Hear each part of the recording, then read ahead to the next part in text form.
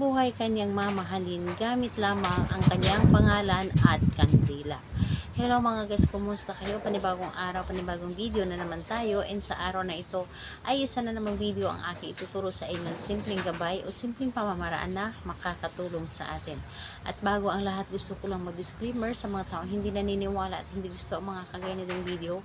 Please skip this video and maghanap kayo ng videos na gustong gusto nyo, dahil ang video na ito ay para lamang ito sa mga taong naniniwala and gusto mag-try. Sa lahat po ng mga nagko-comment dito sa aking video dito sa loob ng aking channel, mag-ingat sa lahat ng mga nagre-reply sa inyo na dinadala kayo sa kanilang WhatsApp and imo po upang makaiwas po tayo sa scam.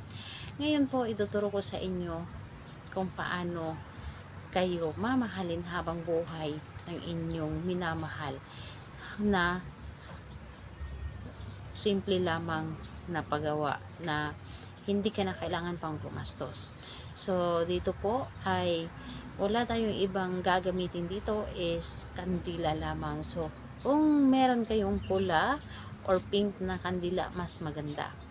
Mas maganda yung pula or pink na kandila. Pero kung wala talaga, ano na lamang, puti na lamang ang ating gamitin. So, kapag meron na kayong kandila, and syempre kailangan mo lang din dito ng karayom or di kaya pin na panulat or di kaya pako na panulat dito sa kandila.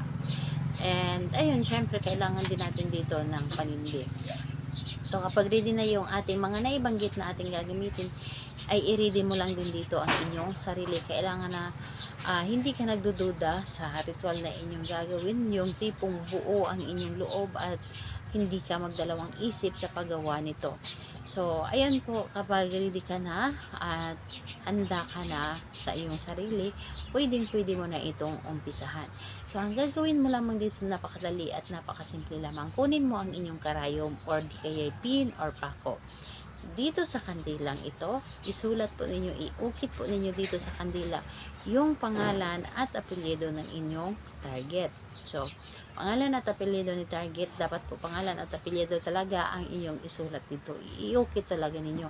And dahan-dahan lamang sa pag-ukit para hindi po maputol ang ating kandila. And kapag naisulat nyo na dito, lagyan or bigyan nyo lamang ito ng energy ang inyong kandila. So, ipainit nyo lamang dito sa inyong palad ng pagganito.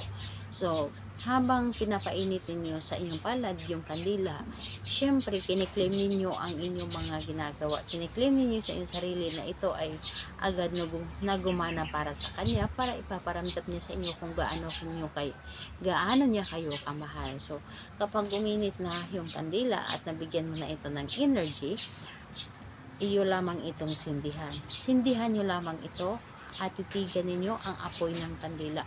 Titigan ninyo ang apoy ng kandila, ilagay sa inyong harapan at mag-visualize kayo. So, paano po?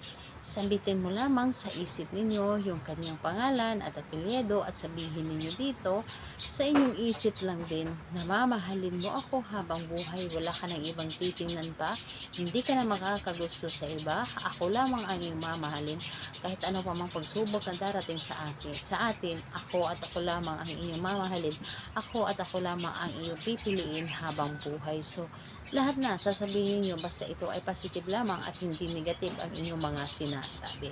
So, ayun po, kailan ito pwedeng gawin? Mas mainam itong gawin sa Tuesday and Friday. O di kaya ngayong full moon. Ngayong April 23 ang full moon. Mas mainam itong gawin. Humarap kayo sa buwan. At humiling din kayo sa buwan. So, ayun po. Salamat po sa inyo. Bye-bye everyone. God bless us all.